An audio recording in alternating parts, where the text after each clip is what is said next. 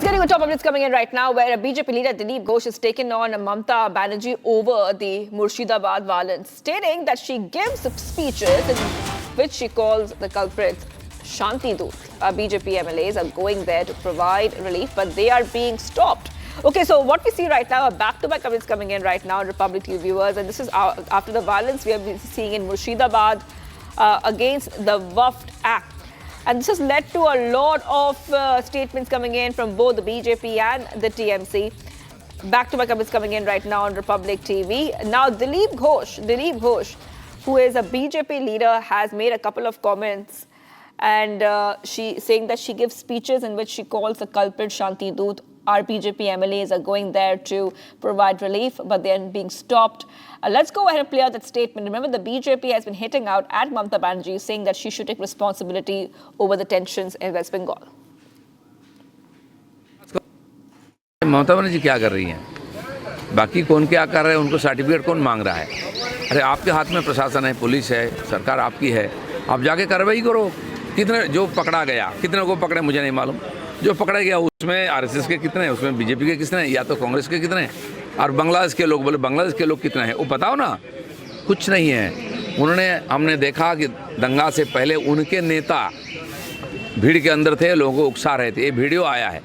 अब उनको पहले पकड़ो, पूछताछ करो, नहीं तो कल एनआईए आएगी और वो छानबीन करेगा, सबको कॉलर पकड़ कर अंदर करेगी और जिंदगी वहीं बीतेगा।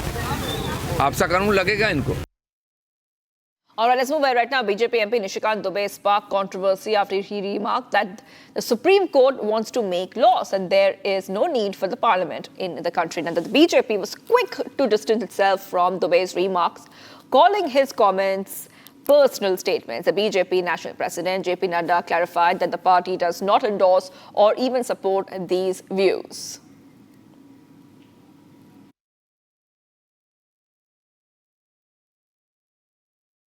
उस पार्लियामेंट को आप डिक्टेट करेंगे? 5 जज बेंच की, जो मैं आपको बताऊं कि नज़ीर की एक जजमेंट है, 1942 की प्रिवी काउंसिल की जजमेंट है, उसमें यह कहा गया कि जहां कानून नहीं लिखा हुआ है उसके बारे में यदि प्रिवी काउंसिल या सुप्रीम कोर्ट कोई जजमेंट देती है तो बात समझ में आती है। यहाँ पूरा जजमेंट लिखा हुआ है कि राष्ट्रपति का क्या अधिकार है, उपराष्ट्रपति का क्या अधिकार है, प्रधानमंत्री का क्या अधिकार है, हमारे पार्लियामेंट का क्या अधिकार है, हमारे सुप्रीम कोर्ट का क्या अधिकार है, हाई कोर्ट का अधिकार है। जब सब कुछ लिखत पढ़त में है तो तुम नया कानून कैसे बना दिया? 3 महीना कहाँ से लेके आ गए कि राष्ट्रपति को 3 महीने के अंदर फैसला करना? ये किस कानून में लिखा हुआ है? इसका मतलब ये है कि आप इस देश को एनार्की की तरफ ले जाना चाहते हो, और एनार्की जो है इस देश में बर्दाश्त नहीं होगी। जब नया कानून आएगा, जब नया पार्लियामेंट बैठेगा, इसके ऊपर विस्तृत चर्चा होगी। इस देश में धार्मिक युद्ध भड़काने के लिए केवल और केवल सुप्रीम कोर्ट जिम्मेवार है। सुप्रीम कोर्ट का एकमात्र उद्देश्य है, show me the face will show you the law. Supreme court अपनी सीमा से बाहर जा रहा है। सुप्रीम कोर्ट की सीमा ये है कि भारत का संविधान जिस कानून को बनाया उस कानून की उसको व्याख्या करनी है, और यदि वो व्याख्या नहीं कर सकती है और सब कुछ के लिए सुप्रीम कोर्ट जाना है तो इस संसद का कोई मतलब नहीं है, विधानसभा का कोई मतलब नहीं है, उसको बंद कर देना है। इस देश में जितने गृह युद्ध हो रहे हैं उसके जिम्मेवार केवल यहाँ के chief justice of India Sanjeev Khanna साहब हैं। Meanwhile, opposition leaders slammed Nishikant Dubey, calling his remarks a sign of the BJP's frustration. Congress also links his attacks to the Supreme Court's hearing on the Waqf Act, calling it an attempt to intimidate judiciary.